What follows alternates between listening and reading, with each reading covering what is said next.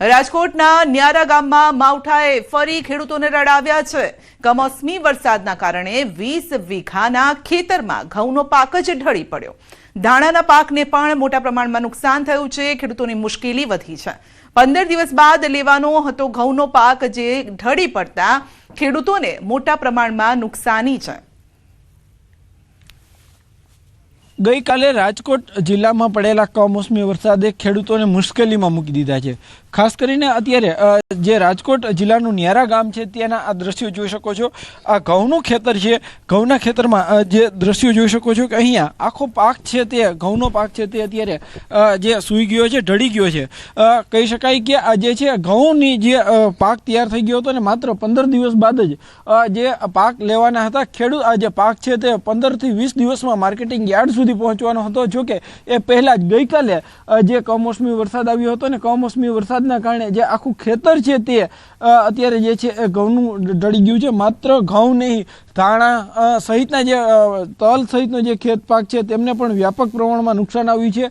आ नुकसानीना दृश्यो जोई शको छो के जे खेडूत छे तेमनी शुं स्थिति थई हशे ज्यारे तेमनो महामूलो पाक छे ते आ रीतना ढળી પડ્યો છે। आखું 20 વીઘાનું ખેતર છે તે આખું તેમાં મોટા પ્રમાણમાં નુકસાની છે।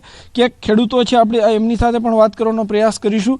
જે રીતના જે કમોસમી વરસાદે જે રાજકોટ જિલ્લામાં પડધરી તાલુકાના અનેક ગ્રામ્ય વિસ્તારોમાં નુકસાની સર્જી છે, શું કહેશો, કેવી નુકસાની, ગઈકાલે શું સ્થિતિ હતી?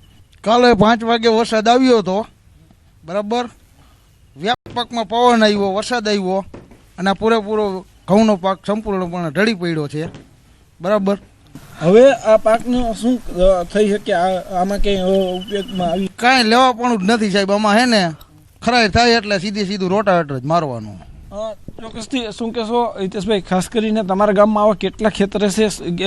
ગઈકાલે શું સ્થિતિ છે અને કયા કયા પાકને નુકસાન છે? કાલે 31 તારીખે ઘણી જગ્યાએ અમારા ગામમાં જાજા સર્વે નંબર એવા છે કે અહીંયા ઘઉં, ચણા, એટલે ઘઉં છે, ચણા છે, ત્યારબાદ ધાણાનું છે, તલીનું છે। અમારે વ્યાપક વાવેતર આ જ છે અને મેજોરિટી તમામ વાવેતરમાં નુકસાન અત્યારે પાકના આરે આવી ગયું છે। હાવ ખેડૂતના મોઢે આવવાનો કોરિયો છીવાઈ ગયો।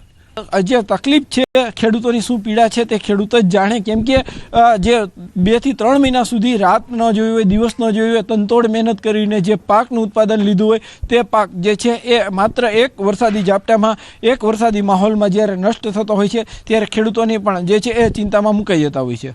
હાર્દિક જોશી, ન્યૂઝ 18 ગુજરાતી, રાજકોટ। સુરતના ઉધનામાં તસ્કરોએ મંદિરને નિશાન બનાવ્યું છે। તસ્કરોએ મંદિરમાં ચોરી કરવાનો પ્રયાસ કર્યો। મંદિરના ઓફિસમાં કબાટમાં તોડફોડ પણ કરી। તસ્કરો સીસીટીવીનું ડીવીઆર પણ ઉઠાવી ગયા। મંદિરમાં ચોરીનો પ્રયાસ થતા લોકોમાં રોષ છે। કિંમતી વસ્તુ ના મળતા ચોરોએ વિલા મોઢે પરત ફરવું પડ્યું છે। જો કે પોલીસના નાઇટ પેટ્રોલિંગની કામગીરી પર સવાલ ઊભા થયા છે। એટલા માટે કારણ કે 31ને લઈને પણ અનેક જગ્યાએ પોલીસનો બંદોબસ્ત જોવા મળતો હતો, પરંતુ તસ્કરો તેમના કામમાં કામયાબ થવા માટે પણ પહોંચ્યા। તો મંદિરમાં ચોરી કરવાનો પ્રયાસ કર્યો, પરંતુ કશું જ ન મળ્યું, જેના કારણે તેઓએ વિલા મોઢે પાછા ફરવું પડ્યું છે।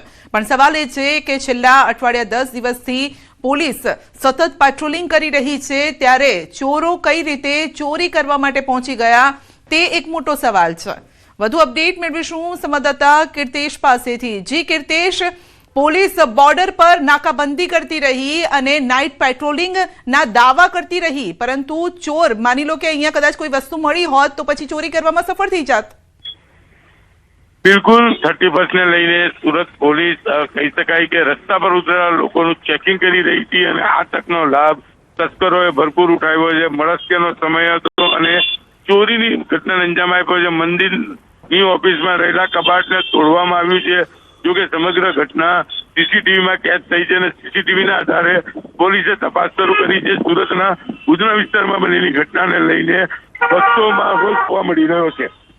જે કીર્તેશ, પરંતુ તેઓ સીસીટીવીનું ડીવીઆર જ લઈ ગયા છે, એટલે ચોર હાઈટેક પણ છે। એમને ખબર છે કે જો ચોરી કરવા આવ્યા તો તેમની ઓળખ છતી ન થવી જોઈએ। બિલકુલ, આજે મંદિર છે, મંદિરમાં ત્રીજી વખત ચોરીની ઘટના બની છે। મંદિરનું ડીવીઆર લઈ ગયા છે, પણ મંદિરની આજુબાજુ આવેલી અલગ અલગ જગ્યા છે ત્યાંના સીસીટીવી પોલીસે કબજે કરી આરોપીઓ સુધી પહોંચવાનો પ્રયાસ કરવામાં આવી રહ્યો છે, પણ કહી શકાય કે આ એ મંદિર છે કે 1-2 વખત નહીં પણ 30મી વખત તસ્કરોએ તેને નિશાન બનાવ્યું છે. જી, આપનો આભાર. અમરેલી જિલ્લાના ધારી તાલુકાના ભાડેર ગામમાંથી